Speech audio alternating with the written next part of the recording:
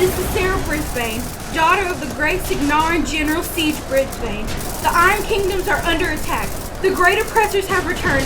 The Orgoth have come to recapture the Iron Kingdom. The time has come again for all nations to unite and drive them back once again. Meet us at...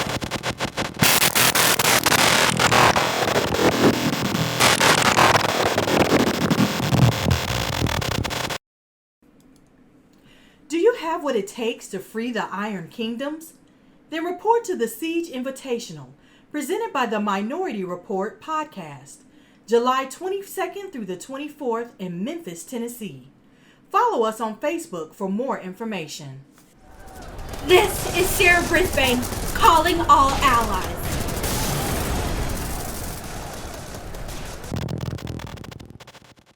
Hello, everybody, and welcome to another episode of Tried and True, a podcast hosted by Delaware Warmachine. I am your host, Paul. I'm Dan. I'm Andy. I'm Erica. It's nice to be back, everybody. We just got back from our favorite event, the Bokur Brawl, and we absolutely had a wonderful time. Oh, yeah. No, it's probably my favorite event on the East Coast. I go every year. I love it. Yeah, it's my favorite convention. I think if I remember correctly, Dan, on the first episode, you said that it fucking slaps, and that is a 100% accurate way of describing it. It's drivable, too, for us. It's one of the few that we can actually, not have to fly to. Yeah, it being affordably close is definitely a vote of confidence here. Absolutely.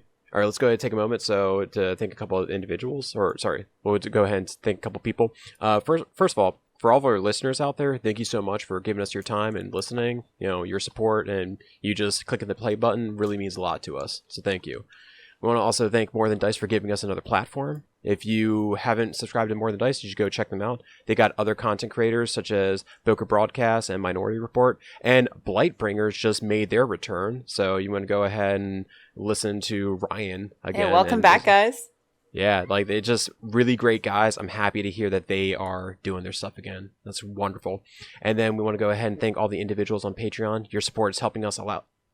Your support is helping us out a lot. If you didn't know, you can go ahead and support the cause if you like the stuff. All of your support helps us out with the battle reports, being able to create some pretty cool tables, everything. So those who are there, thank you so much, and we'll continue to fight the good fight.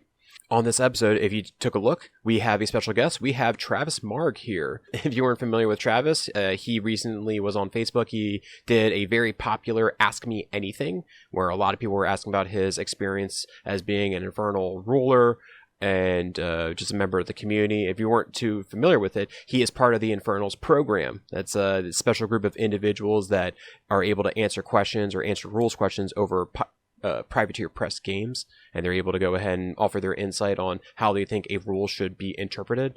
And then we had him at the Bokur Brawl, and he played on Team Necrotech. So Travis, go ahead and take a moment, introduce yourself, let people know how long you've been playing, and all the other good stuff. Yeah, so as you said, I'm Travis Marg. I've been playing since early Mark 1.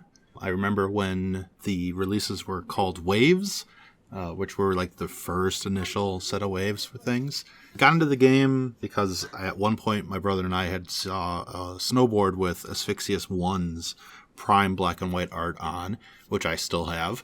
And I'm an avid collector of everything Privateer Press games. I own everything. My one goal before the end of Mark 3 was collecting every model at full FA, which I did do for Mark 3. So that was a huge accomplishment for myself, and I still serve in a capacity as a judge, Infernal, and convention event manager / developer with Privateer Press. So I do a lot of things and wear a lot of hats with Privateer Press. Well, it's really exciting to have you on the show, and again, having you out to the Bokur Brawl. It was really great that you got to come to one of our events. And correct me if I'm wrong, I think Erica, Andy, you ended up meeting Travis, I think, at other events, like at Adepticon as well?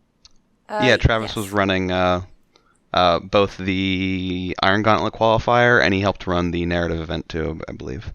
And the 2v2s. Oh, yeah, the 2v2s. We're going to be doing those at some point in the future. That's our next Steamroller, actually. Excellent. I really like the 2v2 format. It's something that, we originally started that format because Adepticon had a 4v4 in 40k, and I'm like, well, it's just 2v2. We can do that for Warmachine. That you don't really need 4 players to to really play a Warmachine game. But it's a really fun format. You get some really wacky questions like, how does this feat interact with this other feat? And things get ridiculous. So I really enjoyed that format. And yeah, it's one of the things where I'm making more of an effort to get out to other events, to play more games and not just be the person that runs them. Hey, Travis, I wanted to ask, with you doing the whole Infernal stuff, has there ever been a ruling that you felt was very difficult to determine on the spot, and then you went with your gut, and then in hindsight you think to yourself maybe that wasn't the right call, or you have to just like live with it? There's definitely moments of that. I think this is something that kind of reoccurred a little bit with the Ask Me Anything thread. As a judge and as a person who's trying to make event or rulings at an event, you kind of just have to make your ruling and stick with it.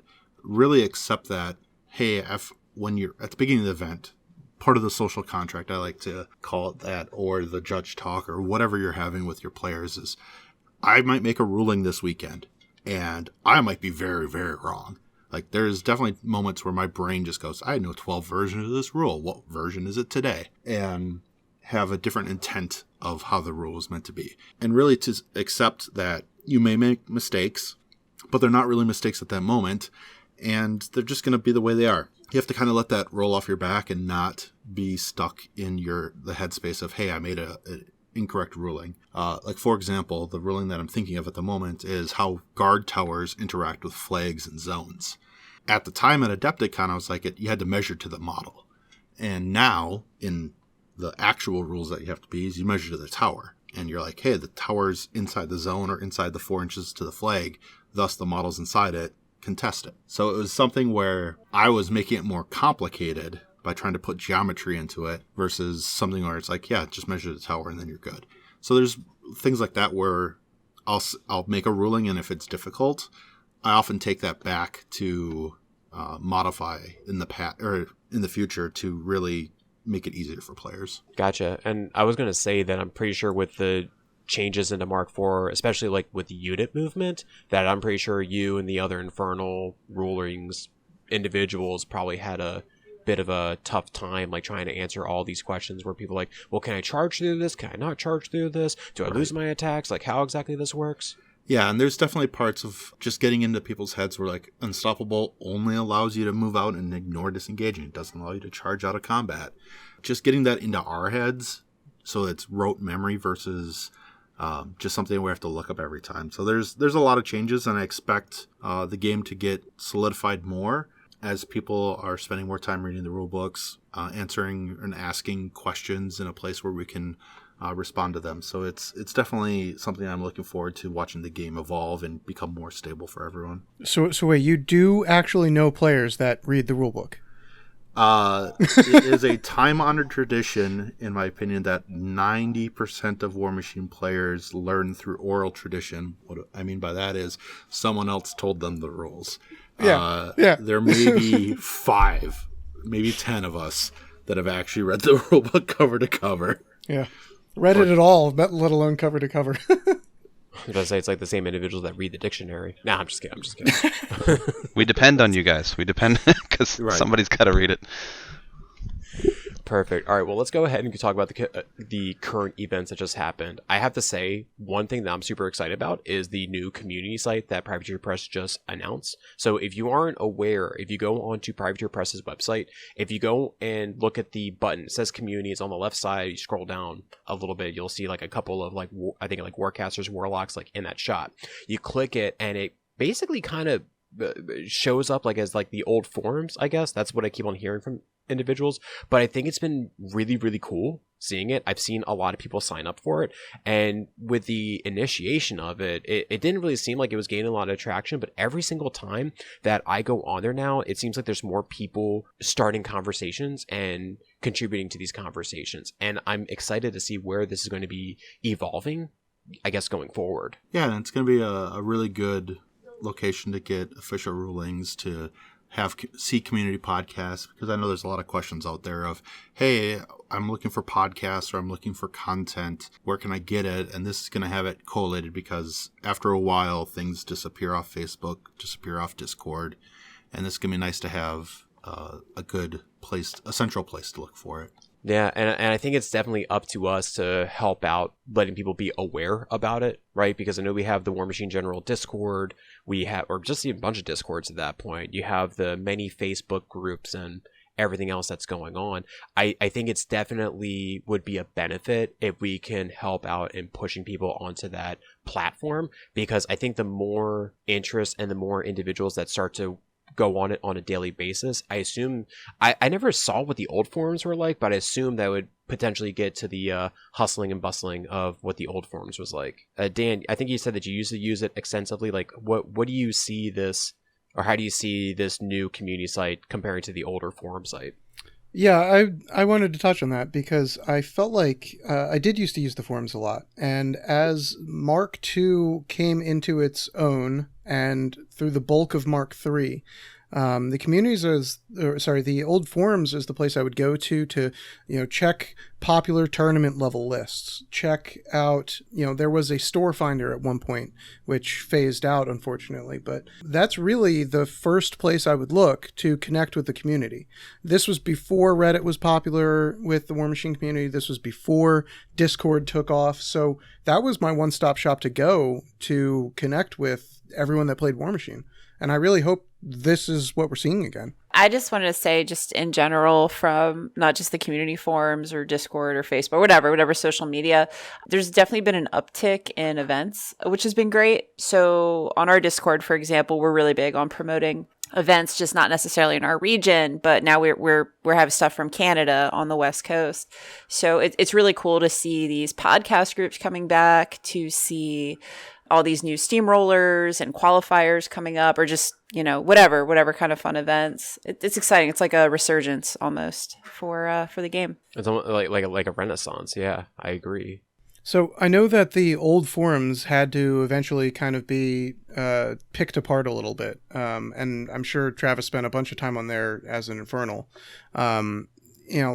I know that the bulk of the players that use them would visit the sub forums or the faction specific forums. And at one point those kind of got archived, but the rulings forums was still there, and some of the other tools that judges and moderators would use. So I'd love to get your thoughts, Travis, on how you think that tool is going to be used, how it's evolved over the years, and how we can avoid an eventual, shutdown of that community lifeline again. Yeah. So the one way that I'm looking at using the community forum to really push some of the rulings and everything is there's actually a wiki that Privateer Press has that it's at privateerpress.wiki, and it's locked down so no one can edit it except for people that have an account with it. And right now we're blocking everyone that doesn't have an account already.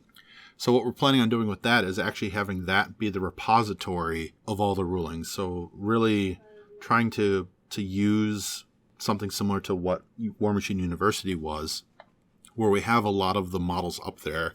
We may not have full model stats because that'd just be reproducing what the app has in it, but we'll be at least having the abilities up there and what models are affected by it, so that we can at least look at it and go, okay, I have this thing, how does it interact, and what rulings have been made.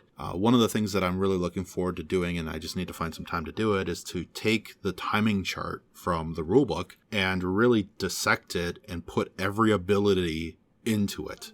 So you can look at it and go, how does Blood Quenched and Killing Spree interact? Honestly, they don't interact at all, but it at least lets you look at it and go, okay, this is at this phase, this is at this step, and really try to teach more of that problem solving of how the timing chart works. Because honestly, as an Infernal, that's where most of my questions come from, is how do these two abilities interact at this phase in the game, and at this phase of an attack sequence or a movement sequence or something. So I want to try to take that and really distill that down to a really understandable part, where you can be like, hey, I've got these two abilities. I look them up in this chart and see where they fall in the timing areas. And then you can, if there's places where it interacts, we'll make note of it so that we can say, hey, this is how these things interact together because they're competing or whatnot.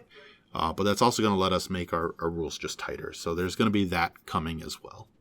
That's super exciting. I played Marvel Crisis Protocol for a little bit, and it taught me the importance of having an airtight timing chart. I love that it's presented in the app now, but it is a bit stressful having to go through that timing chart and parse it every time I need to think about an ability. And some of the questions that I've been answering at our store are coming to the point where I have to read that whole timing chart like twice just to figure out, does it trigger? When does it trigger? Does it come before or after that thing? Dan, you made a really good call like 2 weeks ago. It was a really interesting exception in the timing chart where it's like the active player, except for things that generate extra attacks, like something like that, right? Yeah, step 12. Yep. Yeah, that's what I was talking about. And I was like, oh, cool. So I actually get to proc things instead of just getting berserked to death totally. That's right. Yeah, so being able to like search through that wiki is probably going to be, honestly, a tremendous weight off your chest, Travis. It is. And I'm kicking myself a little bit. I did call that step number right. It is step 12. My goodness, I look at this chart too much. Yeah, he already knows too much. Hey, well, let's go ahead and shift gears to the app updates. So from the last time that we did our recording, a lot of things have been released. So they had a couple of lore dumps or lore updates, right? I think Harusk had his story. I think Storm Legion also had some stuff, as well as the Orgoth Dark Technologies. So there's still lots of really nice fluff. But I think what's a little bit more exciting is the new armies that just dropped. So I know Andy has been waiting for this, your Temple Flame Guard. So Andy, what have you been theory crafting? Oh man, I actually got some on the table. I got my Fiora list on the table on Tuesday. I set 36 models on fire. Oh my god. Oh man, those trolls. Out of 37? Oh yeah, and it was bad because it was just like tough roll.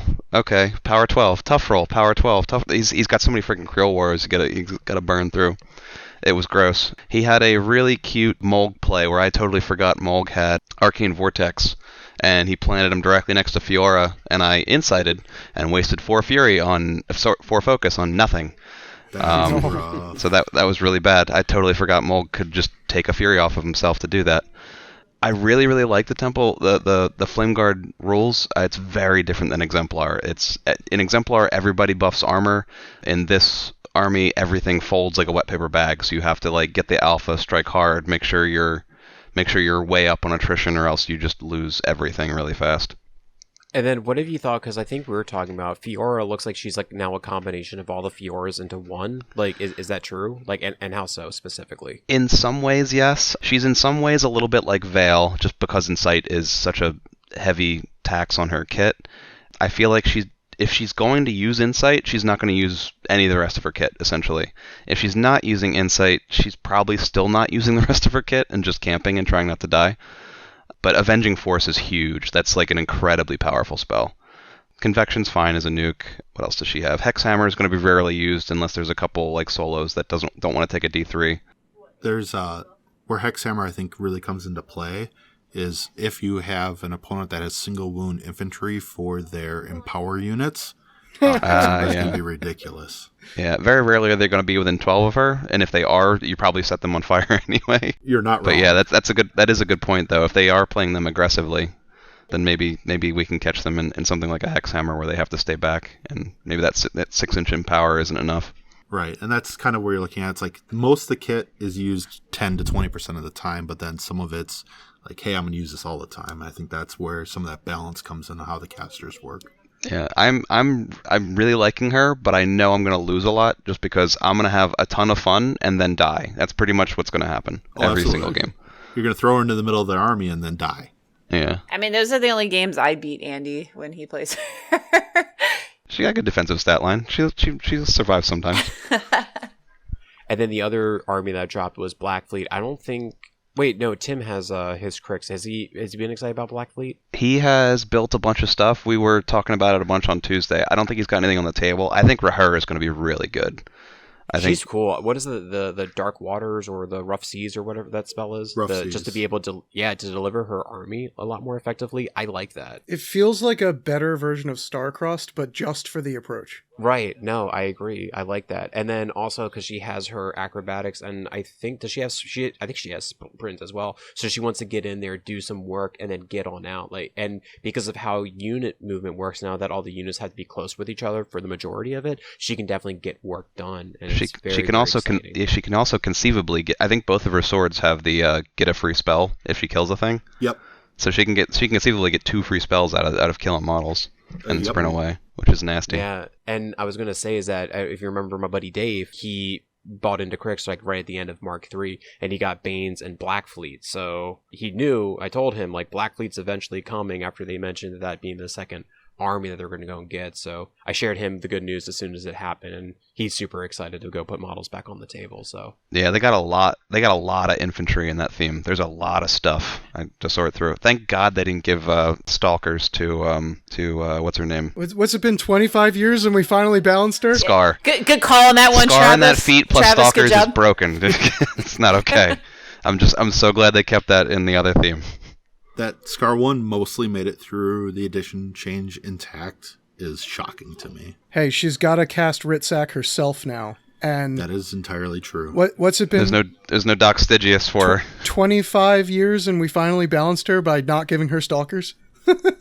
Or by not giving her Scarlocks either, because her Yeah. only method of casting spells for free are Styxis Blood Priestesses who have to melee attack something to cast one of her spells. Yeah, and you can't attack your own things anymore. I'm super glad to get Scar Admiral of the Black Fleet back out because the boat is freaking amazing. And she's a beautiful model, 100%. I think she's pretty good too. I think Tim's just mad because he's an owner. He doesn't want to have to buy her yet. So. Scar is amazing. I took her to WTC last year. She is phenomenal. And I don't think she really changed at all. She is still fantastic.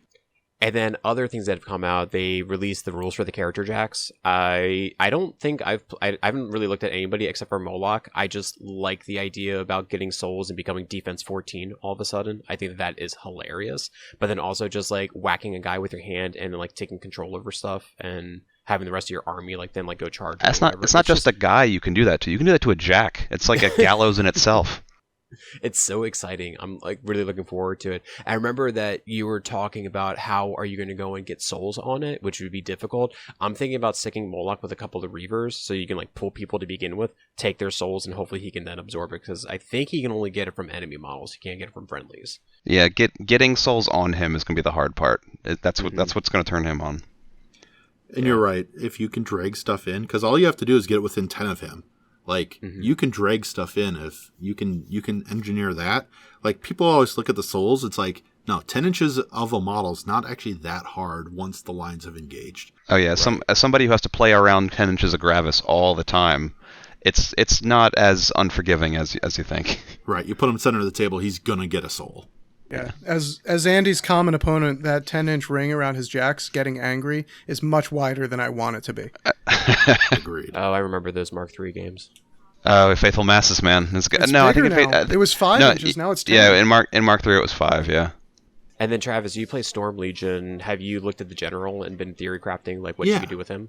Yeah, I'm very excited about it because he's a model that you can dive super deep with because I believe he has Overtake. Yeah. And I'm very much looking forward to an overtaking POW 19 weapon, POW 19 Warjack with like Wolf or with Calder. Like there's just a number of cool things that the general can do that's going to make him just a ton of fun against opponents. So I'm very much excited for him. I have to say, Erica made a really funny joke. What did you say whenever you hear the general? What do you think about? Oh, that insurance commercial, which will probably be a meme in one of our battle reports in the future once this model comes out. That's incredible. Sean and I were actually talking about that. I think it was Sean that I was talking with, but the same thing happens when people hear the general. It's like, okay, we're gonna have to start making up a new name for him. So it's like, is it Alexander? Is it Genghis? Is it like pick your general? Is it Patton? Like take your leader of whatever fictional or real life army you want and call him that. Now it's gonna be the cute little guy in the Jeep that wants to sell me car insurance. That's headcanon. And then I know that you guys with your Winter Core, are you excited about putting Mother Bear on the table? Like, what do you think about its rules? I am terrified. Mother Bear's gonna suck. She looks frickin' angry. That's all I gotta say. Like, between Avenging Force on the spell rack, between her getting angry and hitting harder, I don't think that one actually moves her, but take, for instance, Superiority and Escort on Valeri. It's going to be a Speed 7 bulldoze thing that charges through whatever it wants to charge at, That's right. knocks stuff out of the way, But and then go kill what it wants to go kill. That's spite and oh, jealousy Lord, she coming out, okay? Yeah. She's just going to be slamming stuff around away from her as she charges at her target. It's terrifying. She a hefty chonker. She coming. People says 20 with triggering Hand of Vengeance. She's real good. Oh yeah. She's everything Kador wants. 22 with puissance. Yep. I like it too because the Kodiak was always one of my favorite warjacks in Kador, so it's cool to see a character in this new edition of the game kind of paying homage to one of my favorite warjacks. So I'm excited to use her. True to Kador form, like this model is just a pile of stats. It doesn't do shiny stuff like the General or Moloch, but like, whew, do not piss that bear off. Mm-hmm. And then the last one, Israfil? I've been calling it like Israfil. Okay, I've been like saying like Yggdrasil, like the what is it? That's the world tree, like that, like the first thing I think about. But like she seems pretty cool. I like her. I like the fact that it's I think the only range 3 weapon that I've seen so far with drag. So she's just able to go and like smack people around, and especially because it's trained weapons. I know that a lot of our jacks we will see like those shields, so trying to get around that. As well as being a blessed weapon. I'm just excited to see that, this one doesn't care about all your, armor buffs, defense buffs and stuff. It's just going to go ahead and come in and grab you. And it's going to threaten a country mile. Well, specifically because the Dusk has access to Ghost Walk, like just making it ghostly and just having it go somewhere, like it's going to go and pull stuff, which I'm excited to go try to play that with her, so... she's going to be definitely an auto-include if I ever have, like, Hazaroth. Yeah, every single one of these character jacks are very expensive. I think are they all 17 points? I think they're all 17. Yeah, so they're all very expensive, but they're all compelling in their own way. So there's no duds here. I know people have been talking Moloch a little bit, but I think he's still going to be really good. He's going to be fun. Like, I'm excited to go hit somebody with him, and then him, because he has, like, the placement rule, just hitting something, like, have him, like, disappear behind a house. Yeah, he just does so many dumb things. Yeah. I like that they're all priced for about, like, 1.5 warjacks. Like, 1.5 good warjacks in your faction. Because I could definitely buy 2 very, very cheap, like, 8-point direwolves for less than the price of Mama Bear. But do I really want that many? Like, and also they're the cheap shitty ones. So how much Rat am I 6, really... Rat 5, buddy. Yeah. I mean, Rat 5 is pretty incredible for where I come from. The Kador Rat 4. So rookie numbers. Yeah. Rat 5 feels so good.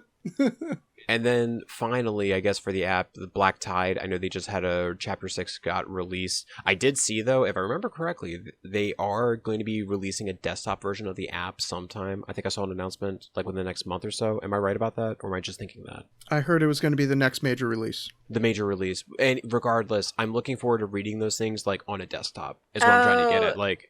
Yeah, I think, didn't Matt Wilson say something in the Minority Report interview where it's going to be like a season thing? So like this will end the current season and then they're going to go into their next narrative. Like the next narrative scenario is going to start the new fluff. Which is really cool, yeah. Oh, I just want to say, I haven't read Chapter 6 yet, but Chapter 5, the fight scene between Boris and Sigrid. Hey, don't spoil it for people. I'm not spoiling it. It was very well written. Like, the descriptive language, it was good. So, good job. Does it feel on par with the old lore that they used to have? And I think back to the Oren, is it Oren Blackwell? What is his name? Oren Midwinter? No. No. What was the who wrote the writer Aaron Rodell? He was one of them, yeah. I can't. But I guess I feel bad. I'm awful. But does it feel like that descriptive language? Because I go back to like the Malcontents and Oren Gray. Oren Gray was the other guy who was writing novels, yeah.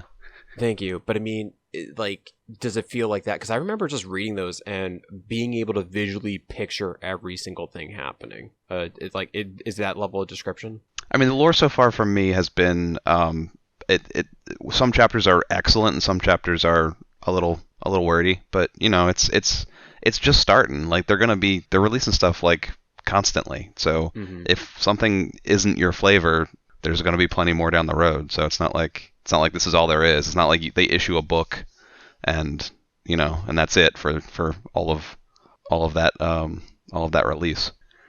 So it's pretty much a consistent flow. All right. Well, that gets all the app stuff out of the way. So then the other major releases. So from last time, we had Guard Towers, and now we have the Bunkers.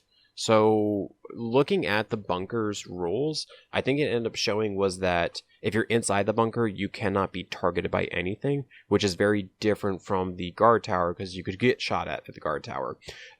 So just help me out. If you're in the bunker, can you shoot out of it, or are you just stuck inside of it and like you're just waiting to get out? I believe you're completely isolated because there's no availability to shoot out. There's like no windows or anything. That's what I'm saying, because it's different from the guard tower, because I think that we talked about where the guard tower, do you put it in a zone or do you put it in like 4 inches of a flag? It can be very, very oppressive. I think the bunker is definitely going to want to be in a zone. You know what I mean? But that's kind of the point of being in the bunker is to be contesting a zone or something like that. Sure. So I'm having trouble seeing some really good pictures of like a 3D rotationist model, especially because it has 2 configurations that you can build out of it. Travis, do you know if it has 2 doors, one on each side? Like, can I go in the back of my bunker and then come out the other side and fight you? You would actually have to ask, I think, Erica, because I don't have one yet, to be able to tell you. I think there's only 1 door, though, unless you have the double configuration, which you have 2 doors. Oh, so you can build that then. Oof. No, I think it was that double configuration is if you have 2 of the bunkers. Like, I was trying to wrap my head around this, but I think what it is that there's the one rounded area on one side, and then there's the door on the one side, and the platform you can be on top. But if you buy a set of 2, you can take 2 of those fronts and make it into like a circular thing that you can like be inside, but I don't know if there's a door for that. And then you could take the 2 like door pieces and turn them into a bunker that's like a little bit thinner but not rounded off. I think that's how you can configure them. I thought it had Right. 3 configurations if you have 2. Right. It's that's what you said. It's the rounded horseshoes connected, and then the box together, and then the horseshoe with the box. Yeah, it could be 1 of each, or two of one side and 2 of the other. A to A to B, or B to B. Yeah. I like the cute little door. Sorry.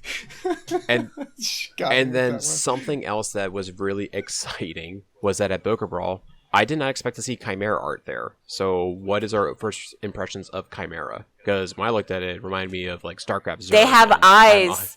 They're Legion beasts with eyes. El Sneck. It reminds me of like Naga, the faction, where it's still sort of like it's more snake people than it is like, I guess, like monstrosities. I definitely had an Indiana Jones moment. It's amazing. I'm excited. I was saying, because I know like with the initial Brine Bloods, it was like, okay, you can swap out these weapons, you can swap out the hooch. So immediately looking at the Hydra and then looking at the little scythe guy, I'm like trying to figure out, okay, how are you going to go and change these up? So I'm assuming that the scythe guy, you can probably change his arms, but I'm hoping with the Hydra, like you can swap out the heads. Like, Oh, I don't definitely. know. I'm assuming, because one was fire, one was acid, one was something else. So I'm assuming you're going to be able to swap them around. Yeah, and that'd be really neat if it's just like, I want 3 fire heads, and like that's what I'm going to go work with. I think that'd be kind of neat, like if you really want to go push it far into like maybe a direction of what it can do, or if you want it to be like a generalist that's able to hit the 3, I guess, different elements that was like there. So I don't know if, like, I'm hoping that's how that works. They're just really cool. Like I didn't think I was going to be interested in Chimera just when they first said it's like Legion-esque, but like slightly different, you know. But now seeing them, I'm very compelled to potentially buy into that as my Hordes faction now. They're certainly unique. I like the art style. I want to wait until I see some of the sculpts first before I pull any triggers. But yeah, I'm excited for them. I just wanted to add to for the Bokur Brawl. So this is the second time I believe that they had spoilers for like prizes. So basically what happens at the Bokur Brawl, and I think this is an awesome sustain, and it would be really cool if this was like one of the Bokur Brawl's exclusive prize supports from PP. So at the previous Bokur Brawl, we got early access to spoilers in back in October. So it's cool that they're continuing to do this. And how the Bokur Brawl does it is they have these envelopes that Seth and Steve will put out on top of the prize support. So even though all of us are competing with one another in these different tournaments, we're working together as this collaborative team to get to the spoilers to be able to share it with everybody. So it's a really cool community building event. And it would be really cool if that move forward as an exclusive to their convention. To caveat on that, I know that Steve Rapido first said that when you get these spoilers, you can do whatever you want with them. You can take them, you can burn them, you can keep it secret, whatever. And it's nice that everybody's like, no, this belongs to everybody. And like the first thing that they do is they look at it, they say that that's Who cool. would burn them? Who would do such a thing? Nobody in the past 2 runs of this is like secretly coveting it and taking pictures. Like, we'll look at it and then it immediately goes on the public wall for everybody to enjoy. And that's what I was going to go say. Like, it belongs to everybody, which I really like about this community, and I really, really like about the Bokur Brawl. It's just the greatest feeling when you're the one of the people that gets that spoiler, and then for the next 5 minutes before you post it online, you're walking around the hall showing everybody you can talk to, whoever's done a game, look at this cool shit that's coming out. Dan, I think, stop me if I'm wrong, but I think Dan got one of the first spoilers because he died like immediately, and that was That's a right. prize. I was assassinated after playing 1 turn, and I was like, oh, spoilers! And then, well, as the troll character beast with the Cthulhu-looking face and the big old crab claws, I think it's quite exciting. What does it say? It can only advance if you move it sideways. I wrote that in there. Paul will read anything you put on the teleprompter. I was like, is it a tells? I was like, I didn't write that. It's a crab. And then the last thing, I guess, was that the expansion boxes for Storm Legion and Sea Raiders should be coming out this month. So that's exciting. I'm looking forward to putting Sabreth on the table. That chick looks awesome. I'm excited to go build my own feat. I think Dusk is this month too, right? I can't speak on that. I don't know. Is it? I don't know if the Dusk main army might be, because they're being produced externally. They might have the base army coming out at the same time. I don't recall for sure, though. Gotcha. Yeah, I got to look at that updated map. I couldn't tell you. All right, and then let's go and discuss about our future stuff that's happening. So the time is now May 4th, and I think this is May 20th. Maryland has their narrative event, so they're going to be doing their Black Tide Part 1, which is super exciting. So they're doing it as a full-day event. And then what else? Oh, the Portal Steamroller on the 13th of May, even before that. Yeah, so... we're road tripping. We're coming to get your clocks, Dave. There any coins up at Portal? Anybody got any coins? Oh, yeah, King of Coin. There's going to be a lot of coins because Maryland's going, Delaware's going, and I don't know if Jersey's playing or not. And then, of course, we'll have the Portal Pennsylvania crew. You might even have some people from New York coming down as well. Oh, yeah, I think Dave and Amber might be coming. Mm-hmm. And then did you want to mention what Dave said was that if you wanted to proxy stuff, he's allowing that if it's like rules are... Yes. So Dave, who is, shout out, Dave's awesome. He is the TO for this event. As long as the model has rules in the app, you can proxy it.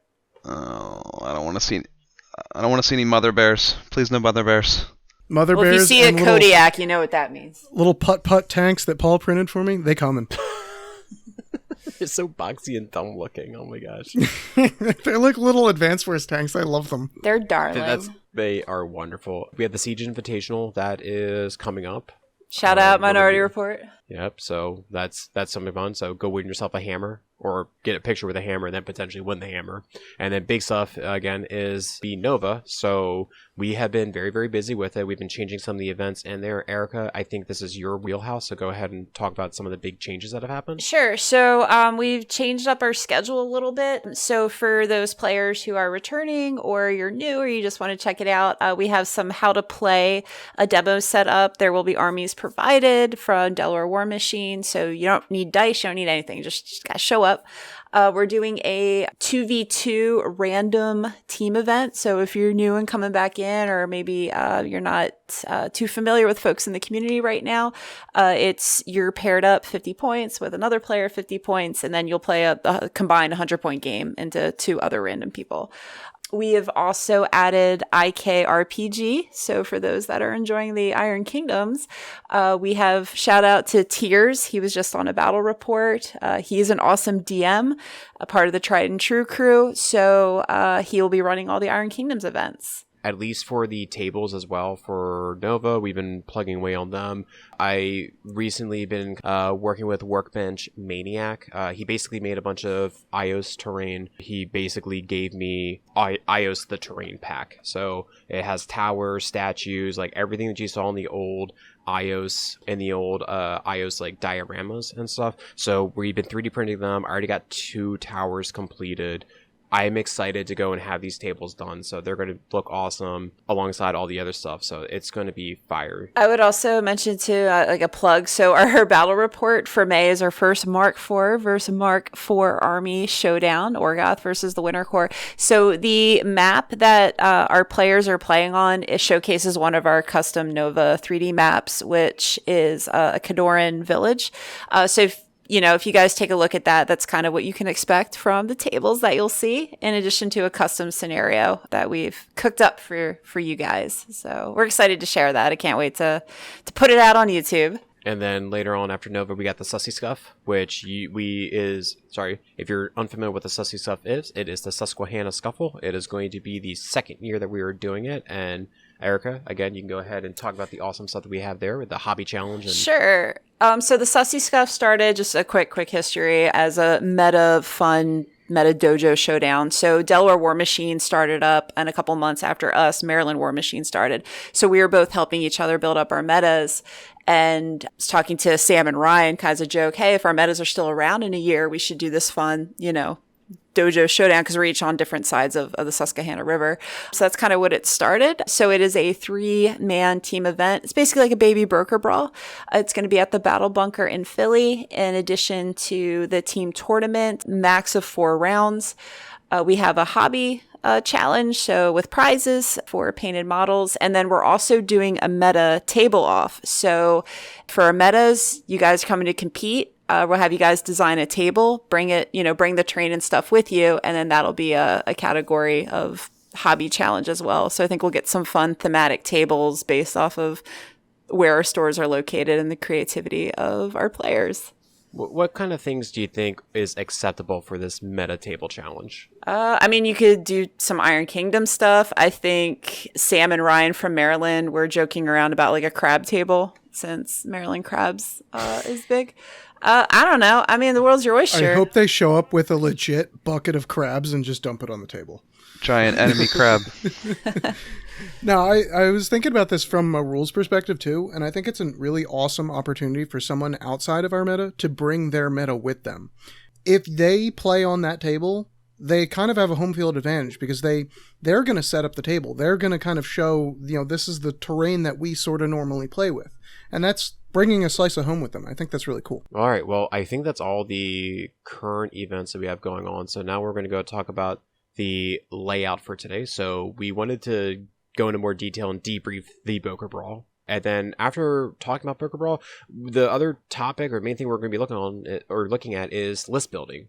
How is that you list build in this Mark IV world, starting with theory crafting and then either prepping for a game yourself or prepping for a Steamroller and how to prepare for that. So let's go ahead and just talk about the Bokur Brawl. So it was, Erica, you said something about there being like a different vibe this year. Like, what are you talking about? Yeah, so this is, I think, my 4th Bokur Brawl, and it's a great time, regardless of any other time I've been. It's definitely a highlight personal favorite event of mine. This year, it just felt like a different energy, and it was a very positive atmosphere. So if we could just talk about the teams really quick, we didn't see like your typical like stacked teams where it's like all WTC people. Like everyone was just kind of split among the masses, which was really cool. People are just having fun. Like it was chill. Like even though it was a competition, I never felt stressed out. It was just super chill and relaxed. And it was such a great feeling and atmosphere to play in. It was very welcoming. Oh, that was the other thing too. We had so many new faces that were there that this was their first Bokur Brawl, first big team event. I know that we had brought a couple of brand new players from our meta, and they had a phenomenal time. The community was very welcoming. It was a blast. So yeah, it was a good year. Travis, this was a good one to go to for your first one. Thanks. And I think to echo your statement on it, I think even the teams that were competing, that were like really in the running for trying to get the WTC slot, it wasn't really like a super try hard, win at all costs type feeling. It was very much hey, this is going to be a fun event. We're going to have fun and make sure that that's the primary focus. And I think that kind of showed itself through the weekend. Well, let's go talk a little bit about the events. And I didn't play in Friday, so let's see. So we had the team event, right? There's 12 teams for that. We had the IG qualifier, Big Bounty Brawl. There was a narrative event, and then we can just overall talk about, us all hanging out Friday and Saturday night. So I didn't play in the IG qualifier or the Big Bounty Brawl, but I know Dan and Travis, I believe you two played in this. So do you want to talk about your experience with that? Sure. Do you want to go first, Travis? Sure. The IG qualifiers where I played, there was 8 of us. Overall, that's where the Shark Tank was, because most of the people that were trying to compete for the IG qualifier spot for Warfare Weekend were playing there. It was still a great time, a lot of fun. Played 3 rounds, 75 points, so we were done in like half the time the Big Bounty Brawl was going on. So we had a lot of time to chill and hang out and talk amongst each other. So it was a great time. I think I went 1 and 2, which was fun for me because I got to play against great opponents and have a great time overall. That's awesome. I never managed to make my way out to Warfare Weekend. That extra trip or vacation is just a tax on me yearly, I think. And I just can't make it there. So whenever the Bokur Brawl comes around, I tend to gravitate to the BBBBBBBB tournament. However many B's it is, I don't know. I really like the fact that it's a bit more casual in nature. I can kind of have a bit more fun with that tournament, and the competition really isn't any less stiff. I always have really excellent games, and they're really close too. Like win or lose, razor's edge sort of thing, and it could go either way. And I really love that sort of Warmachine. But the thing I love the most is the playing the mini games and getting these like achievement unlocked. Like the back of your tournament sheet is just filled with cool stuff, and if you say that you did it and your opponent agrees, you get a free prize for it. I walked off with maybe enough prizes to pay for my Bokur Brawl ticket from that event. I couldn't ask for a better tournament. Yeah, the other thing too is that event, even though with the IG you guys had 40 players in that, Dan? There was a lot. Oh, there was at least 24, right? Because it was 2 heats of 12 at the least. Oh, that's right. They split them up into heats. Yep. Which I'm very glad that they're doing. Several years back, it was all one pile. And losing a game, they used to give out one big base to the top half of the field. And when you were going a 5-round event with 30, 40 people in the pool, losing one game could definitely sink your chances of getting a base. And I really prefer them giving the 2 heats, because not only does it not go until midnight, but also you can maybe afford to drop a game and not have to be an invincible player just to get up there. That's the big advantage of doing 2 heats, is you max your rounds at 4. You don't have to just keep playing. It's something that I'm looking at as a coordinator of events as well. I think the 2 split heats and do 4 rounds max is the way to do things. That's what we're doing at Nova. We're not doing at max. Our events are 4 rounds. Most are 3, but we're maxing at 4. I've played a couple tournaments that have gone 5 rounds, and it's you're dead at the end. You got nothing left. I'm running on pure alcohol and protein bars at that point. It's just nothing else left of me. I was gonna say the only time it really works for 5 rounds is 75 points, because The games are faster. Yeah, your games are faster. You're still 3 rounds in on a full 100-point tournament. At that point, playing 4 or 5 rounds of 75 points does not feel like a slog at all, and that's, I think, something that people don't really think about from a tournament point of view. Is 75 points, you're done in 5 hours. It's awesome. There's one thing I wanted to mention about the Big Bounty Brawl. So it was originally the BBBBB, right? But it was the Big Base Brawl, which you would end up winning a Colossal or a Battle Engine at the end of it. But because of the change to Mark IV, I think when Seth originally thought about it, it was the Big Bounty Brawl. It was supposed to be going for 80mm bases, but they weren't released at this point. So they turned it into just basically Mark IV stuff. So Dan, what was some of the prize support that was at the end of the Big Bounty Brawl? It was all Mark IV stuff, wasn't it? Yeah, I think they had 2 of each initial army box up for grabs. I think they also had some of the preview kits with extra warjacks and extra warcasters. And I know that I took home a package of defenses from that table, finishing in the top half. Yeah, they had the defenses, they had guard towers, and they had a bunch of mercenaries and the alternate sculpts for the solos. I mean, that's great stuff. Okay, so the narrative event, Erica and Andy, I think you guys played in this. How was War Budgies how's War Budgies event? So it was just really quick. So just for clarification, it was War Budgies with Ice King that were running that event. Yeah, Andy, go ahead. Why don't you talk about it? No, it's okay. I think it's a modified version of the third. What is it? Black Tide narrative event. So it's a little bit different than what's in the app. They added some more wrinkles to it, cannons on the walls, and some ways to interact with gates and stuff like that to make it a little bit more interactive. I played as an attacker. Erica played as a defender. Everything she put on the wall died, unfortunately. Yeah, so the funny joke was, so I was playing Winter Corps. So if you know the shock trooper gunners, the shotgun guys, it's so funny. So they were up on the wall, and the way that the models were posed, they kind of like looked like they were looking down at Boris, like, "Are you sure about this, sir?" Yeah, you're going to be fine. Get in there. Yeah, so again, not to plug our channel too much, but if you go to our YouTube, we have a quick 2.5 minute like music video of the whole weekend, and we do showcase the narrative table. It was beautifully done. They not reconfigured, but they changed the rules on the guard towers to make them siege towers, so you could push them up to 6 inches every turn, and then the unit that was in there could siege the wall, which was really cool. The terrain was beautiful. They even put like these bear heads as like gargoyles heads coming out of the wall. That was really cool. It was very, very Khadorian. My favorite was he when we got there, he was painting little ladders and stuff and little places to hide behind. Oh my god, they're so cute. So I'm like, this unit carries this ladder, this unit carries this ladder. No, and then also I think there was like battering rams as well that you could use in order to go and like batter down the doors. Yeah, that didn't work. I used that very poorly. Mistakes were made. I was like, can I climb ladders with horses? And he was like, no, they cannot climb ladders. So I was like, you're right. Erica, Okay. do you want to talk about the other thing we did Friday, or is that going to be secret for now? Oh, yeah, the battle report. So we kind of mentioned that a little bit earlier. So that is a joint, tried and true Minority Report battle report. If you're on Patreon, you should expect to see that report probably in a little over a week.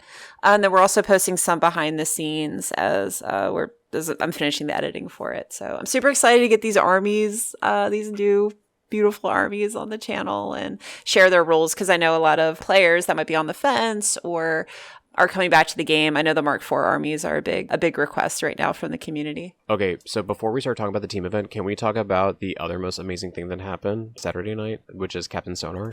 Yes, Paul, we could talk about Captain Sonar.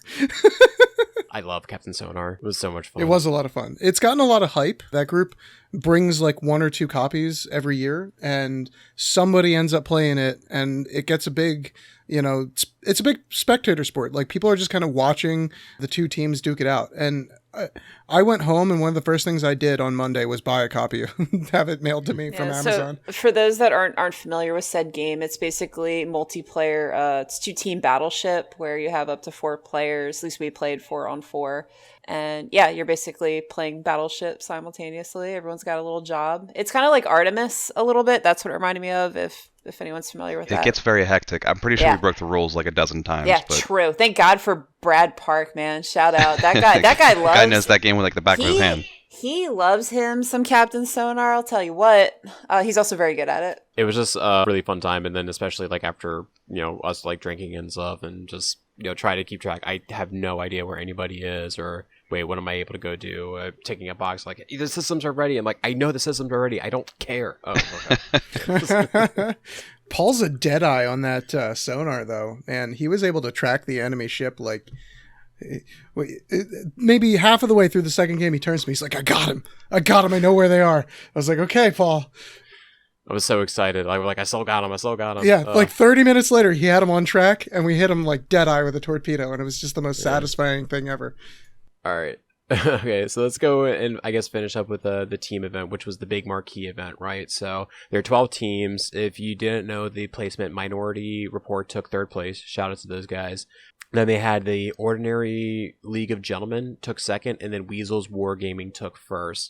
I wrote down a couple of the lists that like ended up winning for those that might care about the stats. So Weasel's had a Convergence, an Orgoth, Infernals, Crucible Guard, and Legion, and they are going to WTC. Ordinary Gentlemen had Winter Corps, Classic Khador, Rule, Grimkin, and Trolls, and finally Minority Report had Orgoth, Infernals, 2 groups of Storm Legion, and finally Rule. So instead of us just going off and talking about all the different games that we played, what I thought would be nice is actually we could just do a highlight of one game or one opponent that we had that we really enjoyed playing with. And actually, sorry, really quick. Before we go into that, just to say that the army representation and spread was very vast. I think every faction was represented -2. I think one of them was Pharaoh, and I believe that is. I don't think correct. Scorn. yeah, it's 2, right, Travis? No, Scorn was there. Oh, Dave, okay. Dave was played an Scorn. There was an army of the Western Reaches. I'm pretty sure you're right that it was a Pharaoh army, and then there was one other that was not there. I forget what the other one was. There's lots of pirates though. Yeah, There were Dave was a playing lot of pirates. I think it was too early for the Crix Pirates, right? Right. Yeah, It was too early for Temple Flame Guard and too early for Was it Black Fleet. was it Soldiers of Fortune? Maybe. No, Vinny played that. Yeah, it's Thornfall Alliance, and then there was just another one, and I forget which one it was. It's fine. I'm just good representation. I saw a lot of the new circle theme. The Bradigus and Grail circle theme was very popular. There's like so many golems that are running around there. Yeah. It's the new shiny. Everyone loves new shiny. I know. I wanted my Temple Flame Guard new shiny. I just missed the list lock. Damn it. And that's the thing I think I really liked about this event, with it being a little bit more casual, is there's a lot of different players playing a lot of different things. Well, I like, just to kind of love that, Travis. That's one of the reasons I love traveling to different events, because you see different armies for one, different players and different metas. It's just like some stuff we just don't see here in Delaware because nobody plays it. So it's cool to see all this other stuff. Or it's like even that they play the stuff that we play, but they play it in a completely weird or different fashion. And it's just like, I think back to like how you have your old witch list, and then Nate M had his other version of the old witch list, and just like a completely different way of playing it. I was saying that Dragon's Host was the other one, so it was one of the Legion themes and one of the. There you go. Yeah. I don't blame him. Ravens is really cool. I'm Ravens is really cool. Everyone's on the Ravens train right now in Legion. Mm. All right. Well, hey Travis, since you're the guest, you can go ahead and share like one opponent in one game that you really, really enjoyed, Sure. and if you want to go talk about like what the list was that you played against, or what made it compelling, or just what made your opponent compelling. We'd love to hear that. I played in the third round. We played the Filthy Casuals auxiliary team.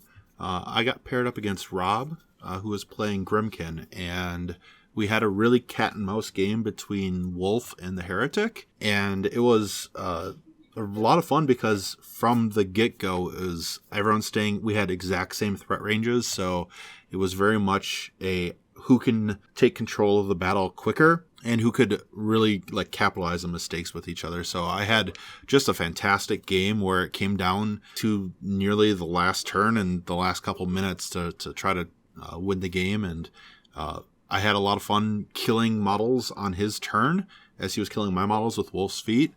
Killing Isaiah after he killed all of my Stormblades was a lot of fun.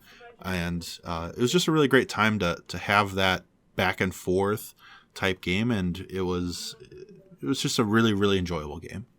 I wanted to say Rob's a great guy, and shout out to Owls Gaming out there in Pennsylvania. They're really, really great people. If you get the opportunity, for anybody who's listening, to go out to their events, they put on really, really great events. Rob's a really awesome guy, like great people there. I actually wanted to go ahead and talk about my game because mine was actually a Grimkin player as well.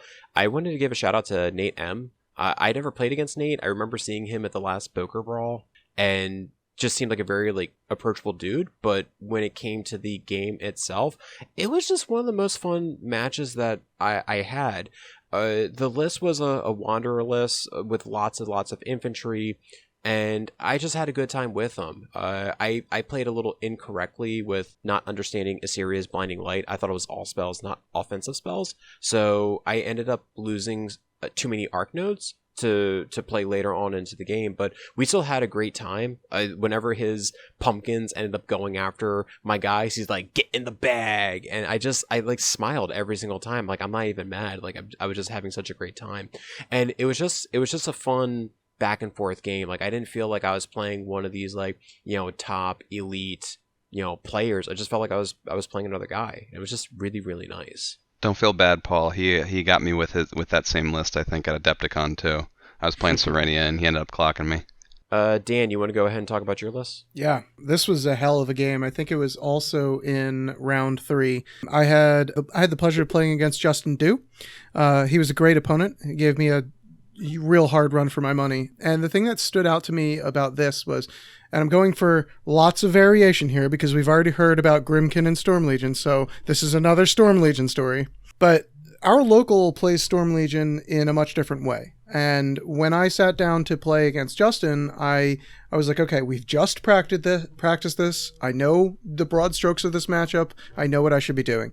And then he put 7 units on the table, and I was like, what is happening? So it was just like sticker shock. It's much different than the way my locals play it. And after like basically a 2-hour slog, I eventually clocked myself chopping through 7 units of dudes. But it was just... that was that was an endurance match for the record books, I think. He played an excellent game, and he took it over me very late in the rounds. So, props to him for being able to drive that list. It's probably a brain burn. Well, you got to remember, he was a Harbinger main. Like, that's his thing. That's right. I keep forgetting. I'm going to choke you out of this game. Like, that is his style. Well, he definitely has that practiced, I'll tell you that much. I didn't have any choice. I had to keep killing all of like the single models that just threaded their way through and contested my scenario objectives. I couldn't stay up on points against him. So, if I could have relaxed a little bit, but no, I had to keep killing all these guys. Eric, do you want to go talk about your Sure. match? So probably my standout game was against Jake Legion, aka JVM. So it's kind of been an ongoing joke with he and I over the past couple of years. Always been in passing, I'll be straight up honest, avoiding playing him because he's just like, I'm gonna get your Grimkin, all this stuff. I'm like, oh, not this year, Jake. So we're at the Bokur Brawl, and we're like, yeah, hell, let's just do it. So with some of these higher competitive players, one of the other reasons I really enjoy traveling is I learn so much from playing a lot of these great players. It's just I learn a lot. I learn so much from them, and. So Andy played Jake at the Liberty Brawl last year, and it was a quick game. Sevi died fast. Died very fast. So I held my own. We made it all the way to bottom of 7. His final score was 14-12 Jake, but I think we each had less than 5 minutes left on our clock. So it was definitely a game. And I said, hey, you're probably going to beat me, but I'm going to make you work for it. You know what I mean? Yeah, it was a really good time. That was probably my favorite game. Lot of wrinkles on the brain on that one. You know what I mean? And Andy, do you want to go ahead and take it home? Yeah, I played John Bokur, the guy from the Bokur Memes Factory. He's very funny. We've met a couple times. I'd never played him before. He was playing Borka. He brought 4 units of Creel Warriors, so he just has so many bodies on the board. I dropped Serenia, and Gravis has a really nice aura that says you can't make me stationary, so I kind of countered his feat a little bit. Basically, I was able to go up 1 point on scenario. Towards the end of the game, we were both low on clock, and he just had to clock himself trying to get it back. But it was a slog. Like every single game I've ever played Protectorate and Trolls, it's always 2 hours long. It's always who's able to be more efficient and try and get that couple seconds and of advantage. But yeah, it was a really good game. It was a pleasure playing him. Well, with Bokur Brawl out of the way, and looking forward to the next one. I think it's April 26, 24? Is that the date? Am I right? I think that rings a bell. Yes. Okay, I am really the 26th looking forward to the 28th. Yes. Oh my God. I'm excited for next year. Next year it doesn't happen over my anniversary. My wife's not going to kill me. Well, let's go ahead and finish up and talk about list building, right? So you're going off to these events, or you're just trying to make a fun list. I thought it'd be fun to kind of like talk about theory crafting and just making a list, right? So to define theory crafting is defined as a mathematical analysis of a game, mechanics, usually in video games, to discover optimal strategies and tactics. I think what that relates to or translates to into tabletop is you have an idea, you want to see if it works.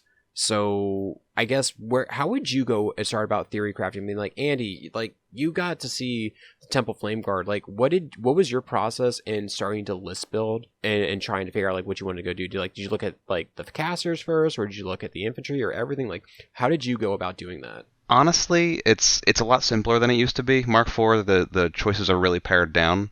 So essentially what I like to do is I create a very basic list of like, here's one of each thing that I like, and see how each performs into a bunch of different stuff. And if I think some things are overperforming compared to other things, then I start to take other things out and lean more heavily on those. Like my in my Fiora list, the Flamebringers I think are really good. However, they melt like wet paper bags and they're 9 points. So I'm thinking about taking them out and adding a second unit Daughters just for the extra body, so I can layer my my engagement a little bit better. The Jacks, they put all the good Jacks in Temple Flame Guard. I could take all of those Jacks and they're all freaking good. So I have to figure out whether I really want a Sanctifier to fuel itself or a Reckoner for a really good gun. Taking two of the 3 character Jacks becomes really expensive. So it's a lot of give and take. It's very much like a lot of it is just what do you like, and if you want to press that button harder, basically. It's not, like I said, it's much simpler than it used to be because themes are much small. They're not themes anymore, but armies are much smaller than they used to be. You don't have quite as many options as you used to. Hey Travis, do you think you can actually talk a little bit about your experience with theory crafting with Storm Legion, like even like trying to figure out like best Jacks or Jack loadouts or swapping loadouts? Yeah, it's very much the same. Really what you're looking at is you want to find a style of Warjack that works for you and then make it the most effective you can. So you're looking at the different chassis, you're looking at the different heads, and you're like, okay, what things do I need to solve? Do I need Overtake? Do I need Pathfinder? Do I need Grievous Wounds? I don't think there's Grievous Wounds on a Jack, but do I need these special abilities on these Warjacks to do different things? And you're really trying to kit them out to be that style. I think all the Warcasters play just a little bit differently, and they kind of fall into tropish type parts of them where, like, Captain Debarro is very much a Warjack caster, and she wants a lot of Warjacks, while Wolf wants a lot of infantry to make his feet work better. So you're really playing that balance between how much infantry you want versus how many Warjacks or battle engines or 80 mil bases, what have you, to really make your list shine. And it's playing a balancing act between playing all into a particular style or theme, like all melee. That list can work if you can get there. Otherwise, you need some method of range to play the balanced list. So it's really looking at what things are occurring around you in your environment.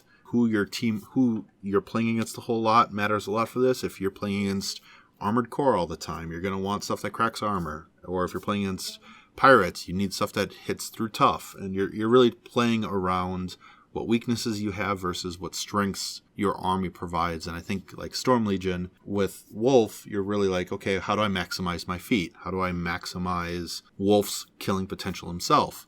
Well, Debarro is like, okay, how do I make all my Jacks better? How do I make these things do more work for the points? Mm-hmm. And it's really working off of that. I was going to say is that I think another thing that you want to go do when you're doing this theory crafting is just pay close attention to the rules and the interactions. One thing that I found early on was for my Stormfall Archers and my Dawnguard Sire. So the Dawnguard Sire has the Deathly Strike, and it says that all weapons within the unit gain grievous wounds. So then I said, like, okay, that's cool in Sentinels. Okay, cool, it's cool in Invictors. Wait a second, Stormfall Archers. I think we're cooking with something right now. Yeah, what do you mean you can grievously wound 3 models per attack? It's amazing. Hey, as long as they don't fix it, I'm going to keep doing it. So. Paul, I want you to keep talking about this so that everyone else realizes how unfair it is as well. I'm telling you. And it was funny because going back to my game with Nate, he said, oh, that's how that works. Whoa, that's really good. Oh my God. But I mean, like, you know, you don't realize these tools that you have until you start to play around with it. And another thing I was theory crafting is I know Sabreth, she has a Field Marshal Overtake, and one of the Jackal heads has Berserk. So I'm like, hey, I could get a Berserk and Overtake Jack. I could just remove infantry off the table. So I'm interested in throwing them on the table and seeing if it actually ends up working or not. So I just think it's very important to kind of think about it and then, you know, just kind of play around with it. And one thing that you were saying, Travis, is that focusing on what your list does well in versus what it doesn't go well in. And then I think Erica was mentioning it was that focusing on what you're able to do as opposed to playing the field, right? Yeah, so when I list build, I always focus on what the job is for my list versus worrying about the vast landscape of rules and combinations that are out there. Like in a 75-point game or even a 100-point game, you're not going to have all the tools to deal with tough, no knockdown, stealth, high defense, high armor. So when I construct a list of, so Grimkin, now I'm moving on to Winter Core. I'm still trying to figure out Winter Core, okay? So I need help with that one. But the, like with Grimkin, especially my old witch list, it has a specific job, and that's what I'm going to capitalize on versus trying to worry about the hundreds of weird combinations that are out there right now. Yeah, generally for a pairing for me, I mean, this is coming from a Protectorate player. It might not work for every faction, but for me, I need to punch really hard and win on attrition list, or I have I'm going to contest everything on scenario list. Like, that's usually what I pair things with. The other thing that you kind of have to watch out for that's very prevalent right now in the current scenario packet, right? Because we're still using that Mark III packet, is the scenario jam. So to pivot back to the Justin Do list, Dad, like it sounds like it's probably a list that jams you out of scenario with bodies. Yeah, thank God I went first. Yeah, so imagine if you did. So I was on the receiving end of that. So my Storm Legion game, Wolf went first, and I just had all this infantry that I couldn't kill because the Jacks would, give you the business. Yeah, or if I stayed back for a turn, I was losing out on scenario presence. So having tools, I think, for the scenario push, for the infantry push right now, is very important, and I would definitely implement that in at least one of your lists in a pairing. Yeah, that's why I'm loving playing Baronova right now, because she kind of brings that to the table automatically in her feat. The way it uniquely works with debuffing movement as well as debuffing the range at which things can reach out and touch your army really gives you an upper hand to counter some of that jamming presence that's prevalent today. That is one of the most nastiest no buttons in the game right now. It's gross. I mean, it feels like Cater to me, so I'll take it. I'm a happy camper. The combos that I like looking for are the tiny little keywords that tie everything together. Like, I like using the momentum or slam gun on the Great Bear combined with the gladiator head. Because if you slam like an infantry model that'll make its tough check, or a light jack or something, and it goes flying 6 inches, that jack is in a different place than it started the turn, man. And now you can do strange things with it. And oftentimes I find my opponent is not okay with that. Or even like with the wolf feet, a great counter for it are things like Thresher, because the wolf feet is per attack and Thresher's just one attack. So you could take out a full unit of the Storm Legion guys and only proc his feet once. Yeah, I don't have the best mind in the world for like latching onto all these tiny little loopholes. Like, I was never that guy that played Magic that found all of these interactions. I was the guy that saw them secondhand and then just fell in love with one trick or another. So having those things like scattered around the list building process for me is like, ooh, look what I found. I can do this cool thing. It really feels neat. Dan, can you use Boris's feat and follow up outside of activation? Oh, yes. Yes, you can, sir. Oh, that's gross. Yeah. Okay. That I gotta watch out for that shit. Boris That's can nasty. also take a shot from his own feat during his activation, and because it's during his activation, he can also boost that extra rifle shot that he's got. It's real nasty. Aren't all of the shots during his feat boosted automatically? You can boost damage. Oh, you can boost damage. Okay, I gotcha. Yeah, he did that to me in our game that we played. I'm like, wait, and we actually had to go pause it, and then I think we ended up getting the real rule. Yeah, it doesn't actually stop his activation. Makes sense to me. Exactly, yeah, because it's still during it. Like, I was really thrown off by, like, are we sure that's how that works? I'm like, all right, man, like, I'll take your word for it. Thankfully, we had a handy-dandy app to look up the rules in. Boris is a tricky boy. One of the things that I like doing for theory crafting, this could actually help out some of the new players that are listening to this, is when you're looking at list building, if you look at the command cards, they tell you a lot of things to look at for your army, because the command cards are there to shore up weaknesses you may have in your list and to give you options so you're not like, hey, I have a list that can't kill tough models. I'm going to lose against the tough army. Having savagery as a card provides that. So you can actually look at the command cards as a way of going, okay, these solve problems. How does my army solve these problems, and then which ones aren't solved by my army? And it can actually give you a really decent look into which cards you want to take and how to use them conversely in the tabletop game. That's a really good point. As someone who has been leaning heavily on the exemplar train, having infiltration and cover are really the only ways I can deliver my army, because reliably it's really difficult to get there with a fully melee army nowadays. Yeah, no one seems to like seeing stealth Manowar, so I'm with you. On the subject too of savagery, that's the Mark IV tax for me. Like, that command card makes the list every time. Even before I start list building, savagery makes the cut every time. I totally didn't realize it was melee only. I was going to throw that on Redeemer all the damn time. That's what Prisoner Numbers likes, that card, like... Yep. Wait, what do you mean Grievous Wounds is only on melee weapons? Shut up, Paul. Oh my god. Yeah, actually, Erica, good call out. Travis was talking about combos for new players. So if you play one of the factions that can take Prisoner Release Date, she goes very, very well with the Savagery command card. Oh, 100%, yeah. To the point where I've built Khador lists or Wintercore lists with a Direwolf kitted out with like a long axe for reach, overtake, and all this other like stuff and I realized, wait, for 4 points, I'm pretty sure Prisoner hits just as hard with Savagery because she's a weapon master. Yeah, didn't Adam Pricer get his Prisoner to plus 36 armor and strength? I think she was armor 27, something like that. Something dumb. Good job, Adam. There was 30 tokens on her. It was insane. He could have one-shot Jax, and it's amazing. Yeah, the character solos in the new combat solos that are coming out from Mark IV are really interesting. They can be really, really swingy. They could do nothing for 5 points, or they could just get way more than their 5 points worth out of them. I find she usually punches up.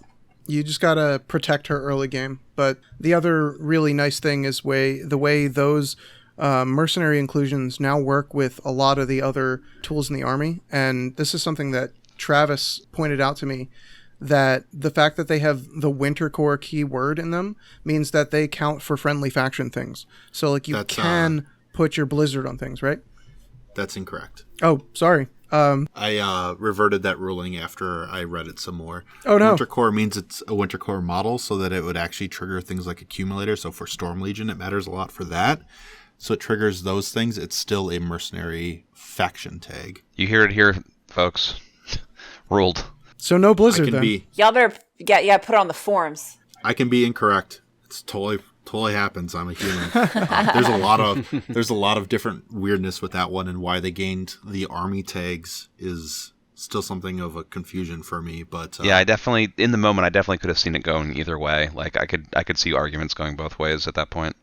Right, and the reason why I said it at the time is when you look at Storm Legion cards, they don't say Signar Storm Legion on the cards. So I was like, oh, so Storm Legion's the faction.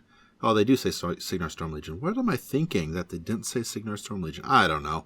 I was very not thinking at the time I made that ruling. You were like 5 or 6 games deep too, so you know. Yeah.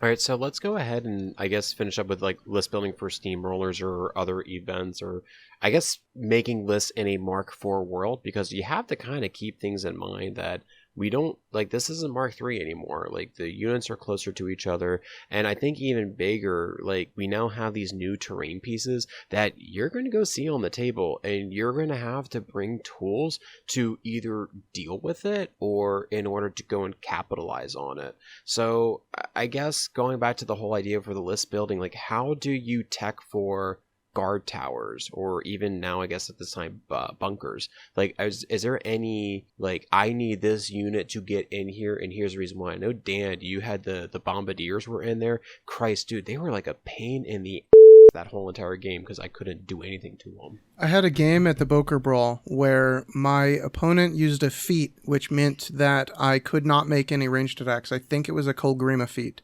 and I had the bombardiers in a tower for a whole turn already, but I was like, it's worth it for me to just let them sit here and do nothing, and then the turn after your feat, they're still going to shell downfield at range 16.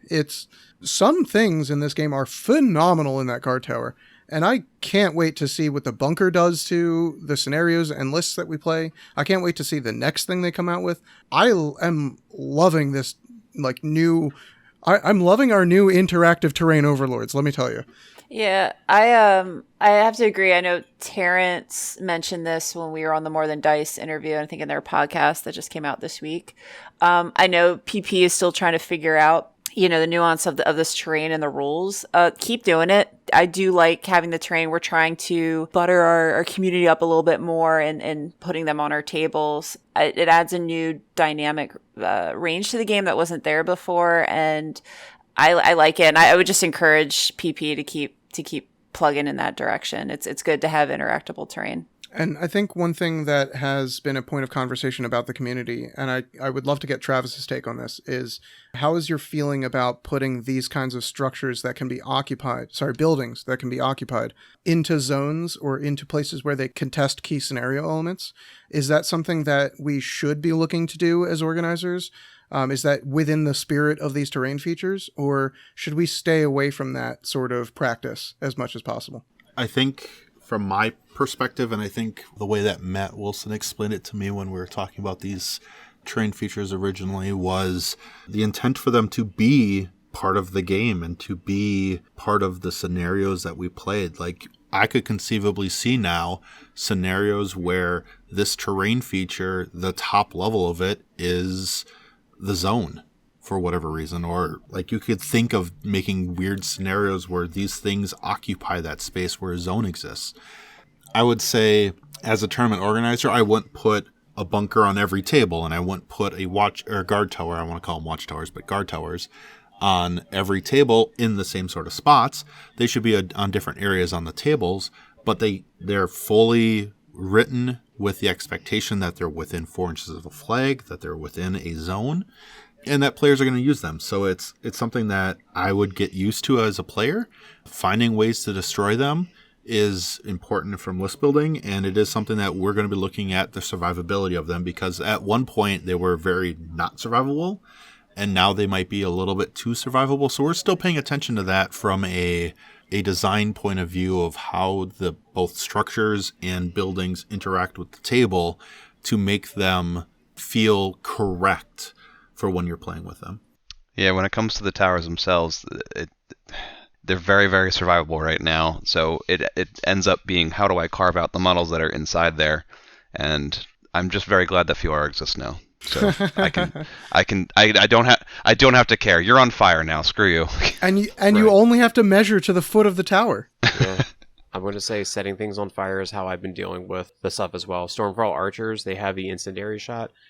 Back in Mark 3, it was like you had to directly hit and everybody was on fire. Now it just says models hit. So you still hit them with the blast damage. You can like tag 4 guys in there, set them on fire, and they don't roll fire off. Like, you could potentially just have them burn to death, so you don't have to worry about actually hitting them.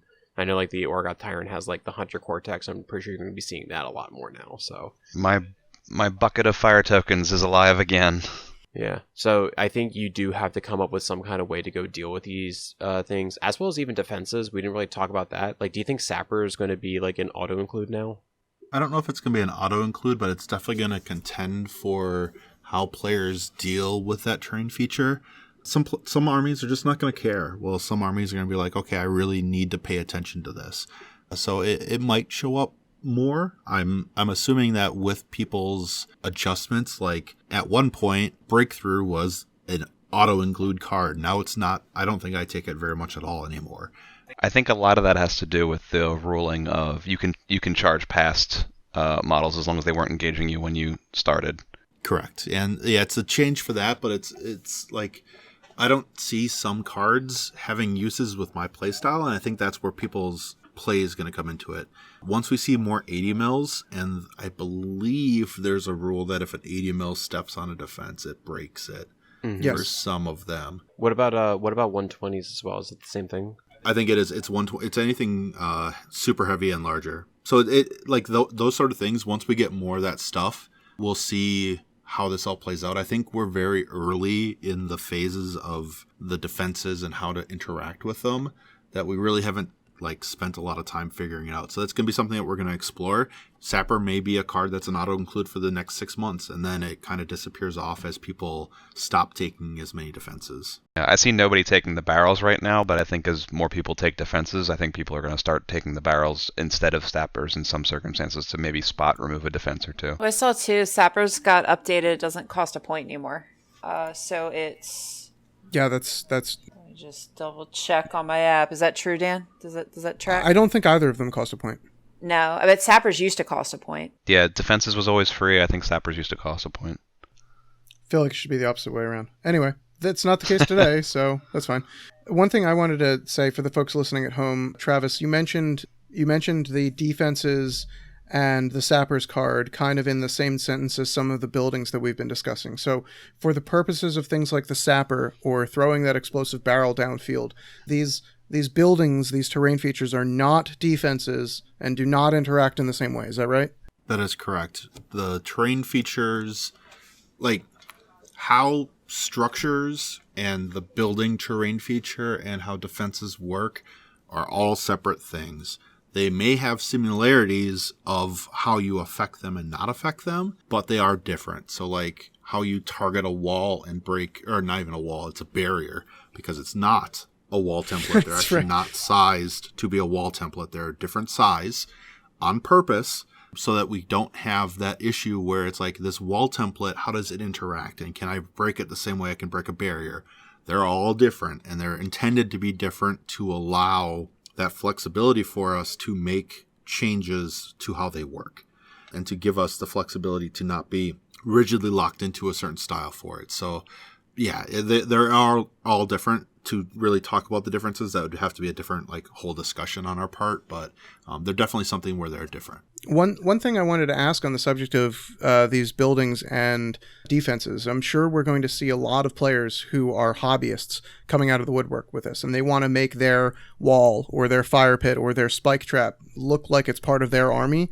And to many people, that's going to mean more than just different colored paint. So Travis, do you have any inside line or even your own personal opinions about what it comes to how we should support the community in fabricating new defenses and features of this type, and if there's going to be conversions included in the competitive or organized play packets for it? One of the things that like one of my locals has done is taken his watch or guard tower. I keep wanting to say watch tower.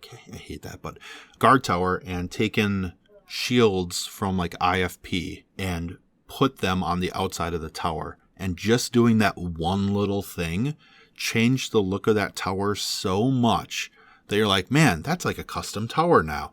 So you can do cool things like the iconography of the different armies and the different factions onto the towers that you buy and make them look really cool and really thematically pleasing for the armies that you're playing. So you can easily make a Kadoran-esque bunker by putting the Kador symbols on them. I have so many shields laying around. I got to do this now. Right? Like it's a super easy conversion to do, but it's really effective on the table. The same sort of thing can be done with Troll Bloods. You take the Krill Warrior shields, like you can do really neat things with very minimal conversion parts and using them to create something really neat. That's awesome. I can't wait to see that sort of stuff coming in from the community. Okay, I think with that, we have been recording for about almost an hour and 40 minutes. Okay. Yeah, my bad, Travis. I know I told you an hour, but I need to eat dinner. You're all good. I'm sorry. Have fun editing that last part. It's staying in there. Well, let's go ahead and do our closing statements. So, Travis, I mean, you being the guest, anything you'd like to go ahead and share or say, by all means, please go ahead and... Yeah. I really want to echo what you guys said right at the beginning. For a lot of this, the community is why we do things, and seeing people enjoy the game is why we produce the rules, why I do the Infernal rule support, why I judge events. And without you guys, the four of you, and the rest of the community, like we wouldn't have these cool things, and we wouldn't be playing this really awesome game and meeting new people and having great friends. And I think that's really the spirit of what we have to be looking for when you're going to events, when you're playing the game, is how does this positively impact my life and make my life better? And how can you, as a player, positively impact someone else's life while playing the game? And I think that's really the part to look at, is how we're playing with our old armies, how we're playing with new people, and how we get them into the game and teaching them the ropes and trying to relieve like that stigma of, hey, you're playing Warmachine, you're going to lose your first 2 years worth of games. Like, let's find a way to remove that kind of stigma and really move forward and really make our community like one of the best in the world. And with that, more people will follow and more people will play our game. So I'm very, very excited to have these positive influences, you guys, Minority Report, Blightbringers, everyone else. But it's such a great feeling to be included in these things, and I really respect the hell out of you guys for doing this. That really means a lot. Thank you so much. Yeah, thank you. That's really high praise. So you're welcome back anytime. Flattery will get you everywhere. You're on the server now, so by all means. I would love to be able to say, when it comes to this hobby, I love being excited about all of the things that everyone around me is also excited about. I love this game, and my advice to you as a community member, as a player, or just somebody that likes to watch, is to look at this world of Immorin with favorable eyes. Always look at your models and your army and your opponent, and just think to yourself, how can this be the most awesome experience that we can have together? And not spend time thinking about anything that detracts from that experience. Live in that positivity, and I think it will carry you far. Yeah, to Dan's point, I love the game, but I love our local meta even more. Like, I look forward to the Tuesdays we get together with everybody, it's sort of a ritual for us where we can, it's a once a week, hey, we're all going, we all have the same interests, we're all kind of hanging out and we're doing our own thing, and it's just great to have a group of people that you just have a common bond with. My local players are some of my closest friends, so I totally agree with you on that. Well, for me, again, first off, Travis, thank you so much for sharing your time with us tonight, and it was great. It was great seeing you again at Bokur Brawl. Yeah, just community members, community organizers, keep doing what you're doing. It was really awesome this week seeing all the content creators putting out podcasts, videos, battle reports, seeing all these events popping up. It's so exciting.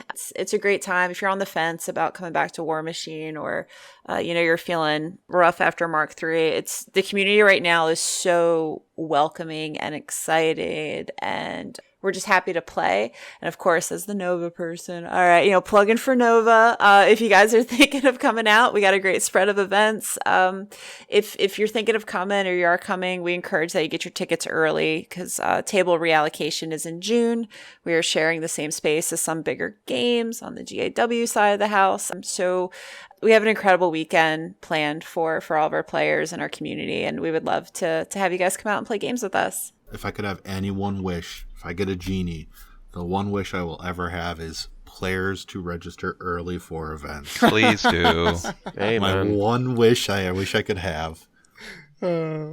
Sometimes we need to just get better dreams. Well, Travis, I want to go ahead and just thank you again for coming out on the episode, talking about Bokur Brawl. It was nice meeting you in person, finally, after seeing you so involved on, the Facebook community and everything. So it's great. And, thanks for talking to us about the list building, your experiences with everything. So thank you. With that, everybody, we're going to go ahead and be done with this episode. Check us out on Facebook, watch the battle reports that we have coming out, and hopefully you can go see what we have stored up for Nova coming up. So take it easy, everybody, and we will catch you on the next one. Thanks, everyone. Bye. Bye. Bye, folks.